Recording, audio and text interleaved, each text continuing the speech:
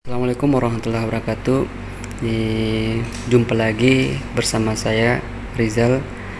Saat ini bersamaan berhadapan langsung dengan Kepala Balai POM di Palu atas nama Pak Agus Rianto untuk meminta sedikit uraian atau keterangan resmi terkait dengan keterangan resmi yang sudah disampaikan oleh Kemenkes RI beberapa waktu lalu terkait dengan dilarangnya izin peredaran obat sirup khusus untuk anak. Serta seperti apa tanggapan dari Balai POM di Palu. Untuk itu, mempersingkat waktu, saya persilakan kepada Pak Agus untuk menyampaikan sedikit. Saya monggo Pak. Ya baik, selamat siang. Terkait isu terkini ya tentang obat sirup. Jadi mungkin kita sudah ketahui bersama dan kita simak juga di pemberitaan sudah beredar di YouTube bahwa dari Kementerian Kesehatan ya pernah mengeluarkan himbauan ya untuk menghentikan sementara konsumsi obat dalam sediaan sirup. Ini yang kita perlu cermati bahwa menurut Kementerian Kesehatan ya Pak Menteri ini di YouTube juga sudah ada. Kita lihat untuk kasus gangguan ginjal akut yang diderita oleh anak khususnya ini di Indonesia sendiri sudah teridentifikasi ya mulai dari awal tahun. Kemudian memang pada perkembangannya itu meningkat di bulan Agustus. Dari Kementerian Kesehatan menurut Pak Menteri sudah mencoba mengidentifikasi penyebab dari gangguan ginjal akut yang sering disebut AKI ya. AKI ini mulai dari virus, bakteri ya, diduga penyebab, ternyata kemungkinannya kecil. Kemudian pada awal bulan Oktober itu tanggal 4 ya, WHO merilis kejadian serupa adanya gagal ginjal, gangguan ginjal akut pada anak. Nah itu terjadi di negara Gambia ya, di negara Gambia. Kemudian Kementerian Kesehatan mencoba untuk menganalogikan kondisi ini ke arah sana, di mana di Gambia ini gagal ginjal akut itu diidentifikasi disebabkan karena cemaran dari EG ya, ethylene glycol maupun DEG di ethylene glycol ya yang ada di dalam obat.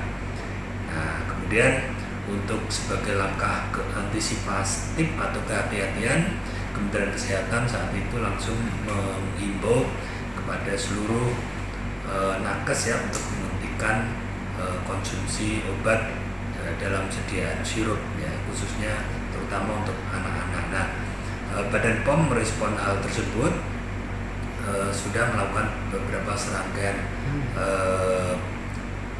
koordinasi dan juga penelitian ya. Kita melakukan penelitian laboratorium terhadap obat-obat yang diduga ya menyebabkan gangguan ginjal akut ini. Jadi pada awalnya Badan POM itu menguji 102 obat yang saat itu diperoleh datanya dari Kemenkes, yaitu obat-obat yang dikonsumsi oleh para korban atau para pasien yang mengalami gangguan ginjal akut ini. Nah, kemudian dari 102 produk obat tersebut, setelah dilakukan pengujian oleh Badan POM, jadi ada beberapa obat yang dinyatakan aman, kemudian ada beberapa obat yang memang dinyatakan tidak aman karena melebihi ambang batas cemaran dari EG maupun DEG. Nah itu, jadi Badan POM sudah beberapa kali mengeluarkan press release ya. Terakhir kemarin tanggal 31. Jadi tanggal 31 Oktober kemarin itu merupakan press release yang ke-7 yang dilakukan oleh Badan POM. Badan POM sudah mengeluarkan juga beberapa edaran dalam bentuk lampiran-lampiran ya, yang berisi daftar obat yang aman digunakan maupun yang tidak aman digunakan.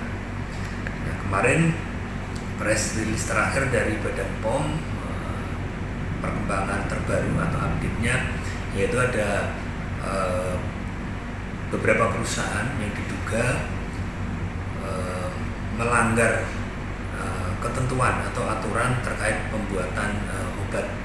Dalam hal ini adalah menggunakan bahan baku, merubah bahan baku yang tidak sesuai dengan spesifikasi yang seharusnya untuk obat ini kan dengan spesifikasi teknis pharmaceutical grade, artinya memang bahan yang dikhususkan untuk pembuatan obat, tetapi ada 2 perusahaan ya yang diindikasikan menggunakan atau merubah bahan baku di luar ketentuan tadi. Nah, ini yang sedang dilakukan penyelidikan oleh Badan POM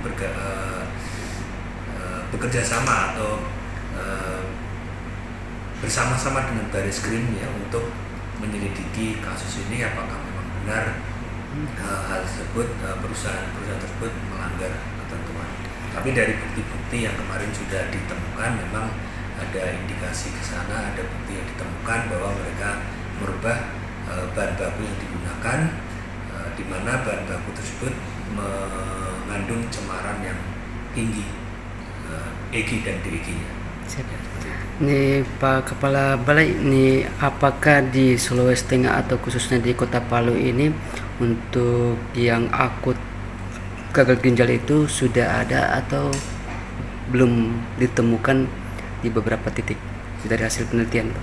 Ya, kami terus berkoordinasi dengan stakeholder terkait ya, terutama dalam ini ke Dinas Kesehatan Provinsi, kemudian dengan kepolisian, dengan organisasi profesi juga kami berkoordinasi, terutama terkait kasus AKI ya yang ada di Sulawesi Tengah ini. Informasi terupdate kemarin saya langsung berkontak dengan Bapak Kepala Dinas Kesehatan Provinsi. Jadi sampai saat ini alhamdulillah untuk di wilayah Provinsi Sulawesi Tengah itu belum ditemukan ya, belum ada laporan kejadian kasus gangguan ginjal akut atau AKI ini. Dan kita berharap mudah-mudahan kasus ini tidak terjadi di Sulawesi Tengah. Nah, untuk itu kami sudah melakukan langkah-langkah ya untuk mencegah hal ini, yaitu diantaranya adalah Badan POM sudah mengeluarkan surat ya kepada dalam hal ini adalah industri farmasi serta distributor obat terkait yang setelah dari hasil uji itu mengandung cemaran EG/DEG di ambang batas, itu sudah diminta untuk dilakukan recall atau penarikan. Nah, ini kita mengawal proses recall ini supaya dapat berjalan dengan baik. Artinya proses mengawal di sini ini berarti Balai POM langsung turun ke lokasi-lokasi seperti di perusahaan farmasi sama distributor penjual obat yang dianggap ada mengandung unsur EGD sama DED tadi, Bang. Ya, jadi kami bekerja sama dengan organisasi profesi dalam hal ini IAI untuk membantu mensosialisasikan kepada anggotanya, terutama di sarana pelayanan kefarmasian ya, ada toko obat, ada apotek, kemudian ada klinik, ada rumah sakit ya, ada instalasi farmasi, puskesmas, itu supaya produk-produk yang bermasalah ini diamankan, jangan diserahkan lagi kepada masyarakat. Nah, itu sudah dilakukan. Kemudian kepada pedagang besar farmasi ya atau PBF ini yang mendistribusikan obat di Sulteng ini, kami sudah lakukan pemanggilan. Jadi kemarin kami undang para PBF ini untuk mempercepat proses recall.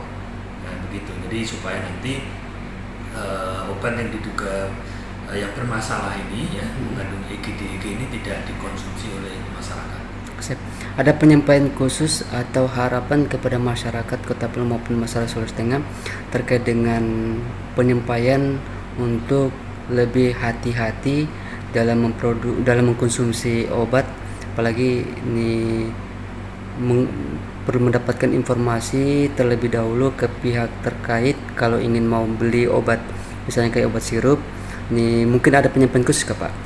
Ya, yang jelas untuk supaya berhati-hati ya, masyarakat pertama mendapatkan atau membeli obat di sarana resmi, ya, bisa di toko obat, bisa di apotek, bisa di klinik, ya, di rumah sakit, ya, kemudian di puskesmas itu, karena sarana-sarana inilah yang memang di mana itu terdapat obat. Jadi kalau di sarana lain selain yang tadi saya sebutkan, supaya berhati-hati ya, jangan membeli obat sembarangan tempat ya. Kemudian Bapak Ibu, untuk mengkonsumsi obat ini harus sesuai dengan aturan pakai. Jadi kalaupun untuk membeli obat, ya, obat kan banyak golongannya, ada obat bebas, obat bebas terbatas, ada obat yang harus diperoleh dengan resep dokter. Nah ini kalau dengan resep dokter, saya kira ini sudah pasti sudah diinformasikan ya oleh dokternya. Tetapi untuk obat bebas, nah ini kan obat yang bisa dibeli tanpa resep dokter, artinya mungkin gejala batuk, demam dan sebagainya, beli sendiri di toko obat atau di apotek silakan, tapi saya harapkan masyarakat dapat mengikuti atau mengkonsumsi obat ini sesuai dengan aturan pakai. Dibaca dulu aturan pakainya, bagaimana cara minumnya, mungkin 2 kali sehari kah, 3 kali sehari kah, 1 sendok kah, atau setengah sendok. Nah itu sangat penting ya, supaya nanti tujuan dari pengobatan itu dapat tercapai. Dan sampai nanti minumnya kebanyakan itu akan menyebabkan overdosis, nah seperti itu. Siap. Kemudian dibaca juga petunjuk ketentuannya, misalkan bisa disimpan berapa lama. Nah ini juga harus hati-hati, jangan sampai obat yang sudah dibuka kemudian disimpan dalam waktu lama, kemudian suatu saat nanti diminum kembali. Nah itu sudah ada potensi rusak obatnya. Jadi supaya berhati-hati ya, dalam penyimpanan juga supaya diperhatikan, hindari dari terkena sinar matahari langsung. Sekali lagi, baca aturan yang ada di kemasannya. Misalkan kan ada obat tertentu yang harus disimpan di suhu tertentu, misalkan harus disimpan di suhu dingin. Nah itu harus diperhatikan, disimpan di kulkas ya, seperti itu. Siap. Ini itu tadi keterangan resmi, uraian penjelasan yang disampaikan oleh Kepala Balai POM di Palu atas nama Pak Agus Rianto. Semoga dengan uraian informasi keterangan ini bisa memberikan bisa memberikan manfaat publikasi kepada masyarakat, khususnya bagi masyarakat Kota Palu dan masyarakat Sulawesi Tengah umumnya. Terima kasih sebelumnya Pak Agus atas keterangannya yang disampaikan kepada masyarakat. Saya cukupkan. Billahi taufiq wal hidayah. Assalamualaikum warahmatullahi wabarakatuh. Insyaallah.